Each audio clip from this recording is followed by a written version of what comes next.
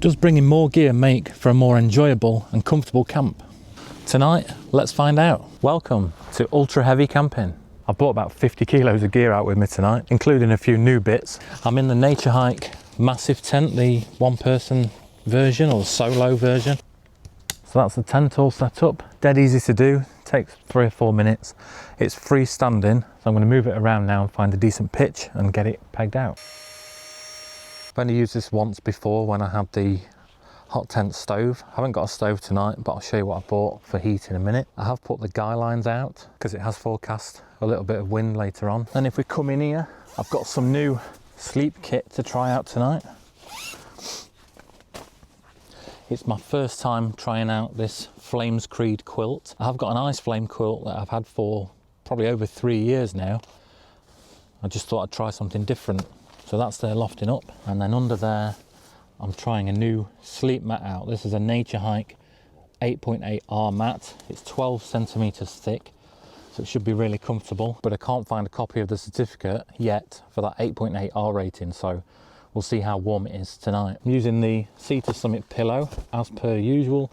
I put a couple of the pillow lock tabs onto the mat there, so that sticks on there nicely. Because I'm trying the new mat and quilt, I bought my bag liner just in case I do get a little bit cold.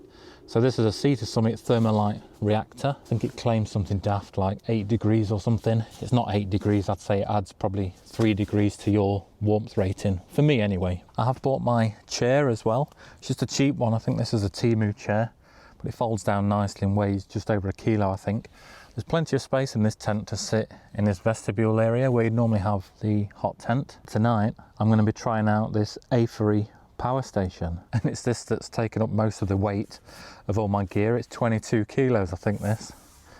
So I'm probably 50 kilos or something with all the gear that I bought. So this is the P210 2400 watt Foret power station. It's got a 2048 watt hour capacity in it, so I'm hoping that's enough to run my kettle, my electric grill, and this little electric heater long enough to keep me warm tonight. I haven't tried one of these before, but I was surprised how quickly this charged up. It was on 27% charge when I got it. Plugged it into the mains and it was charged in about an hour and a half to 100%. You can charge it from a 12 volt adapter as well if you want to charge it in your car. It's got plenty of USB sockets on the front, and then it's got 3 main sockets on one side, and on the other side you can connect a solar panel as well to charge it if you want. So yeah, it is a bit extreme for a camp like this, but I want to see if bringing comforts like your kettle and a grill and stuff like that makes the camp any more enjoyable than bringing a tiny little gas stove and a titanium pot. Time for a brew, I think. So all you have to do is hold the power button in. You can see we're at 100%, 99 hours remaining, and then this display here tells you what power is being drawn from the unit and what's being used. So as soon as that gets up to 2400, the thing will cut off and not have enough capacity left. So press the switch here to turn the main sockets on. We get a little icon here to tell us that they're on, and then I should be able to turn this kettle on. While that's boiling up, I better find my tea bags, don't I? Looks like the kettle's using 560 watts. You can see the time's gone down as soon as it started to use that amount of power. I've got 3 hours there, but obviously a kettle is quite a power hungry device. I have looked at things like this power station before, but a lot of them have either got a really low power output or they're really expensive. This one seemed a good balance of output versus price. Don't get me wrong, this is still a high ticket item, but they have given me a couple of codes to share with you if you are looking for something like this. So let me get this right with my trusty notes. So you can get £340 off the standalone unit, which I've got here, with code DAILYP210.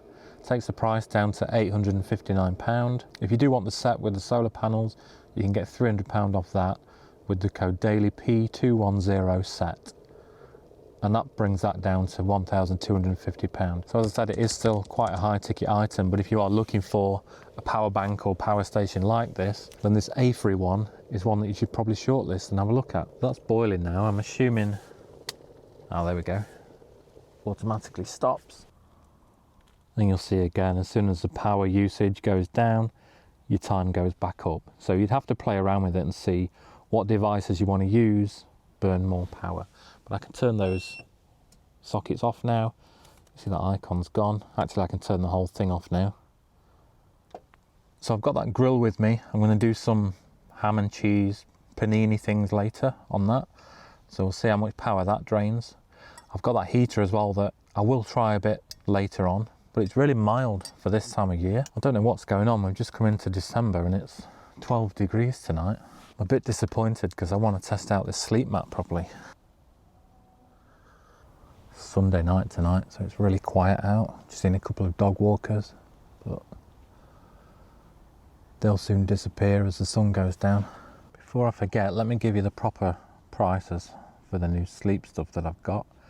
So it's all off AliExpress. The mat was £93.91 and that's delivered with all the taxes and fees and everything else that they add on at the checkout. And the Flames Creed quilt, I went for the medium size, and all in that was £94.79, which I think is about what I paid for my ice flame quilt 3 years ago. I do definitely prefer a quilt to a sleeping bag though. And obviously you can, if you've got a rectangle sleeping bag, unzip it and kind of make it into a quilt. But I don't know what it is, there is just something about a quilt that hits differently, especially the ones with the cinch-in foot box with a little zip on them. I don't know, they just feel different. I find them a lot more comfortable and I always have a better night's sleep with a quilt.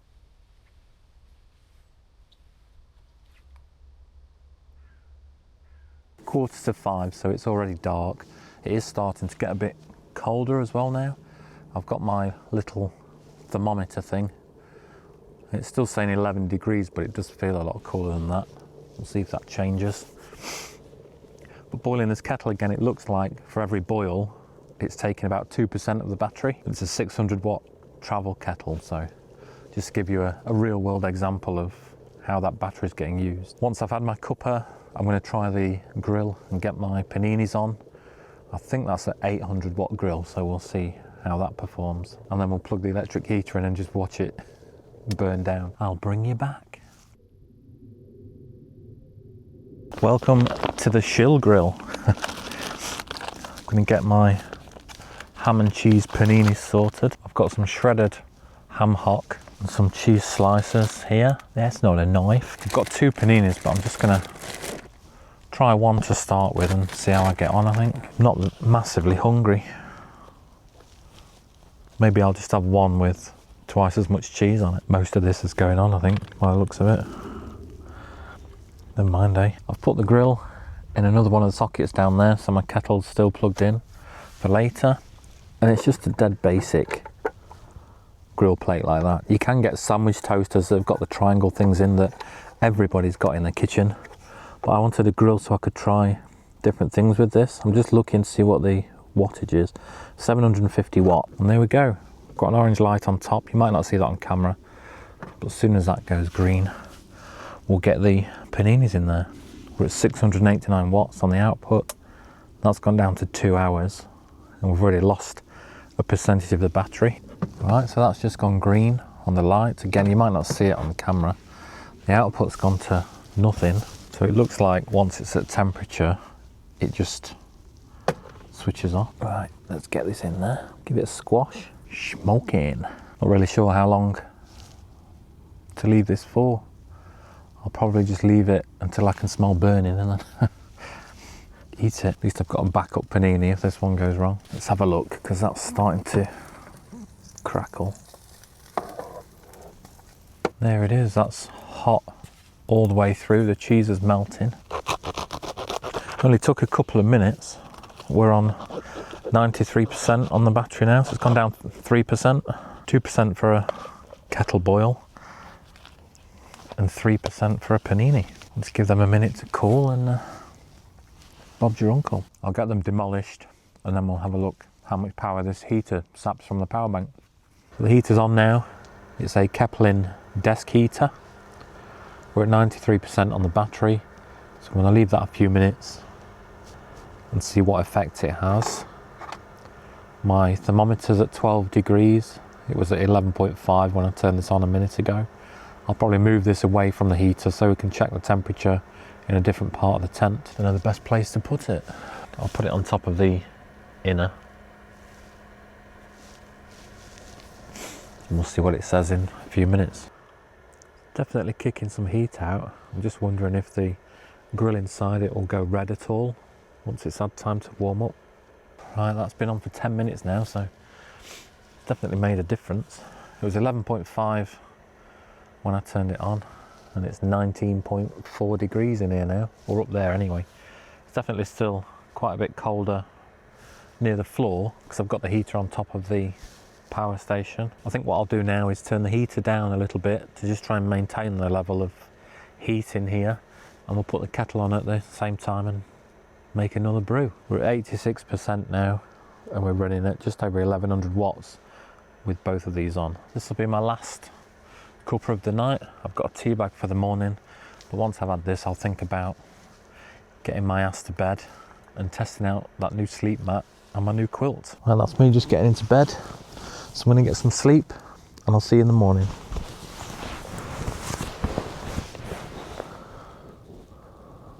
Fake it till you make it.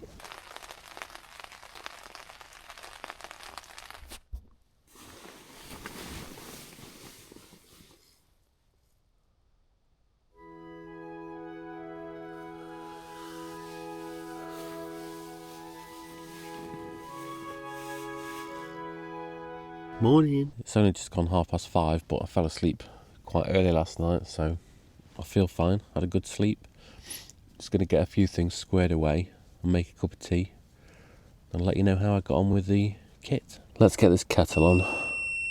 I did bring some crumpets to do on that electric grill, but I'm just not hungry. I don't normally eat breakfast. I'm just going to have my cup of tea. I've packed away my sleep system already. Did have some rain last night, on and off, so there's quite a bit of condensation inside, as well as plenty of slug trails up the sides as well. They were having a party last night. As far as the sleep kit goes, the sleep mat, the naturehike sleep mat, I'm going to do a separate dedicated video on that one, but don't get your hopes up. The quilt was good. Feels very similar to the ice flame quilt that I've used for years, so I find those really comfortable and really warm. And it's been nice to try out this big Foret power station as well. I think it's a good option for car camping or using in a van, but it's obviously far too heavy for wild camps. I did enjoy having a luxurious glamp last night, but did bring in all this kit and all this gear make it more comfortable and more enjoyable? Nah, I don't think so. Not for me anyway. For me, the enjoyment comes from just getting outside, no matter what gear I've got with me. If you made it this far, thanks for coming along. You can check out another camping video up here, or subscribe here and get ready for the next one.